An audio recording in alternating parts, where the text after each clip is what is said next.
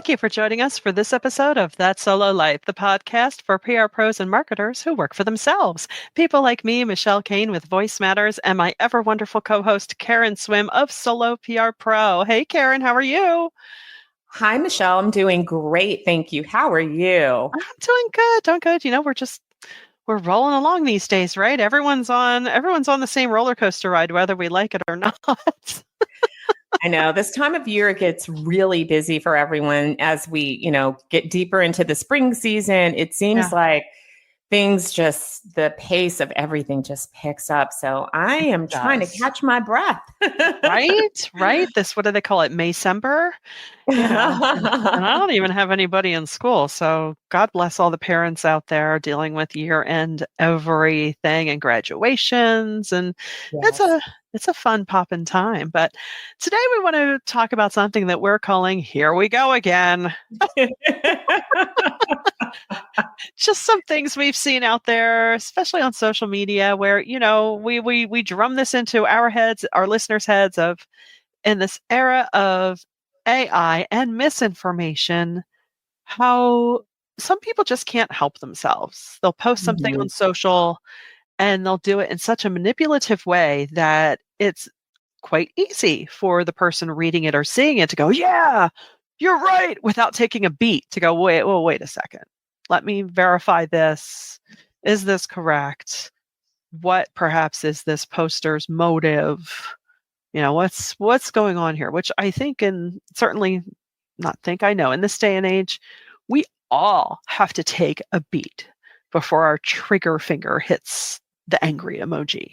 Yeah, it's really interesting that I find even with people that are well-intentioned and maybe passionate about a particular cause or a particular issue, and it could have nothing, this is so far beyond, politics. It could be, you're passionate about, animals, and someone shares something and it, triggers you. Sure. Because honestly, can we just be honest about it? I think for a majority of people that use social media today, they do have a motive, and that motive is to get seen, to draw engagement. Whereas in the earlier days of social media, I believe that the motives were a bit different. It wasn't to amplify your visibility and make money off of your content. It was genuinely engagement. You were looking for community. You were genuinely sharing, opinions and funny stories and what you were doing. And as the tools, got more sophisticated and we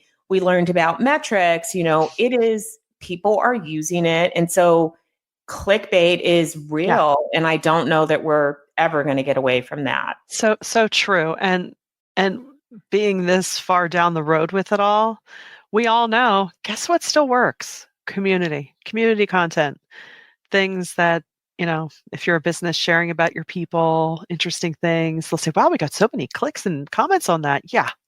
Because before, kind of like anything, right? When when humankind gets involved, sometimes we tend to ruin things.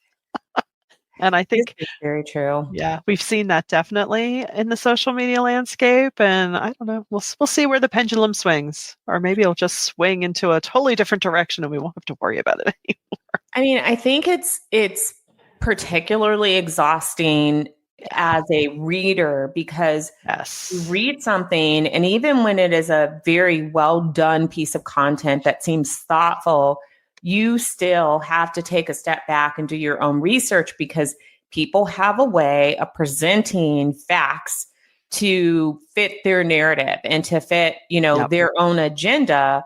And sometimes people get riled up about it. And so there's a headline about something, or, some perceived wrong, some perceived slight, then everybody jumps in and suddenly you have like 900 people agreeing with you.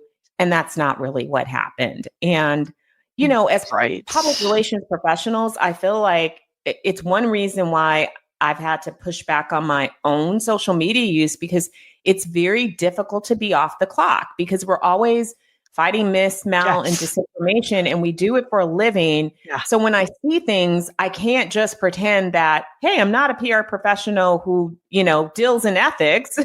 So I'd almost rather just shield myself and be like, you know what? I don't want to see this in my off time. how true is that, right? And yeah, it took me a while to come to that realization of why does this bother me so much? Well, because it's part of who you are. Not that I'm, some high and mighty perfect person, but yeah, you're right. It's like, well, that's incorrect. Don't and I see you trying to sway people into thinking something's incorrect, which some instances it's not harmful, but in some instances it absolutely is. And it's definitely part of our responsibility, certainly as we, conduct ourselves and surely how we help our clients, because you want them to remain, untainted and on the up and up and you know, still being a source of trust that Yeah, people I can depend think on at the end of the day. So, I agree. And when it comes to client work, I think today more than ever, it's important to resort to some of the things that we used to do very routinely, such as fact sheets. You don't see those that mhm, much anymore, but I think it's important for companies to have on their website very clearly who they are, mhm, what they believe, what they yeah. represent. If you're doing a campaign, you should definitely have a Q&A that's ready to Mhm. go, that is somewhere that answers questions so that when people are searching for facts, they can find those facts easily. And you really got to spoon feed the public. This does not mean, of course, that Mhm. someone's not going to take images that your client puts out and manipulate them, or that they're not going to take words that are put out and manipulate them. But I think you have to make sure that your clients have a go-to place where it's factual information, regardless of what industry they're in, Yeah. because it's so needed today. Yeah. I mean, and even more so, right? So if a manipulation occurs or a misquote occurs, you have something to point to and go, facts are right here. Nice try. Yeah. Yeah. And So I true. mean, make sure that your clients understand social media policies, because read those privacy policies, read what they can do with your data, who owns the information that you are sharing, because you let go of some controls. And then you want to make sure that your clients understand this as a protection to you and as a protection to them, so that there are certain things that they may not be sharing on social media channels, that they're sharing through Mm, owned media, and that they're having disclaimers about how content can be used. I think that we just have to get yeah. really, really stringent around putting those guardrails around those things to protect our clients and, to protect ourselves too. Branded Oh, images, pointing people to, where they can go to get images that they can use publicly of your company, of the products, how they can utilize your logo. What are those guidelines? I mean, again, some of that stuff seems to be disappearing off of websites, mm, and I'm yeah. sure that that's because of a lack of space, wanting to streamline your site. But these things are important and they can protect you. Yeah. I mean, it's like anything. If you don't control what you own, someone's going to do it for you. So I think it's true. Well It's said. like, don't ditch those newsroom pages. Don't ditch those source pages on your website where, like you say, people can download legitimate information and just find out what they need without that meddling of any kind of third party trying to swing things in another direction. Because as we've seen, things take off quickly, and often the rebuttals or the corrections aren't shouted as loud That's as, true. it's like, oh, by the way, that was wrong. And we'll get into the whole bunny trail of trying to convince people what facts are. That's exhausting, but I haven't given up.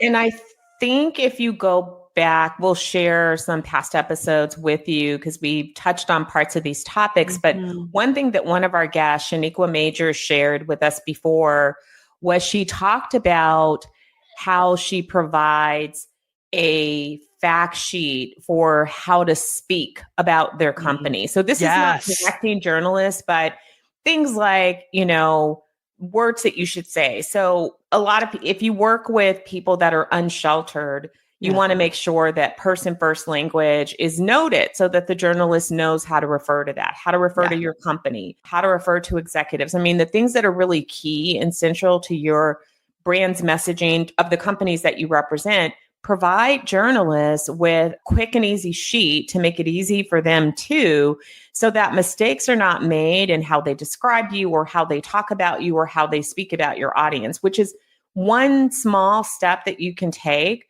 to make sure that you're presented accurately and that you don't offend your audience. That's so true. And it really doesn't take much effort to do it, you know?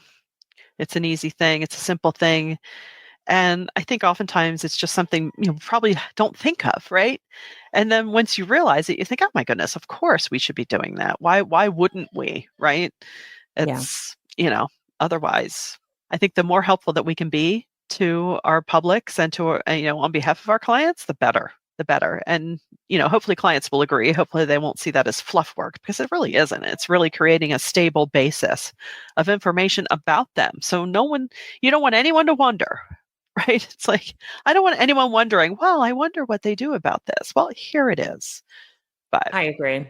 yeah. So, well, and another thing in all this is, as we speak of often, is just, how critical thinking is so lacking. And I was thrilled to hear new Pope Leo address critical thinking and the need to focus more on that. And this is of course, not to down anybody, but it's like, just stop and think things through. Anything you see or hear, what might be the reason why it's being put a certain way? I think if we all did a little bit, we'd be that much better for it. Yeah, it's interesting. Someone tied to this, and where I think that some of the decline has happened over the years, is I was discussing education with someone in college courses, and in times past, because you're paying a lot of money for education, and these days kids are in classes that may be 100 people, so it's a lecture. It's a lecture hall. But remember those classes that were smaller size, where there was truly discussion and interaction as part of the learning process. So you learned how to share opinions, you learned how to listen, you learned how to think critically and to form your opinions, you research things. And, unfortunately, this generation is not getting that as part of their college experience. They're just being lectured to.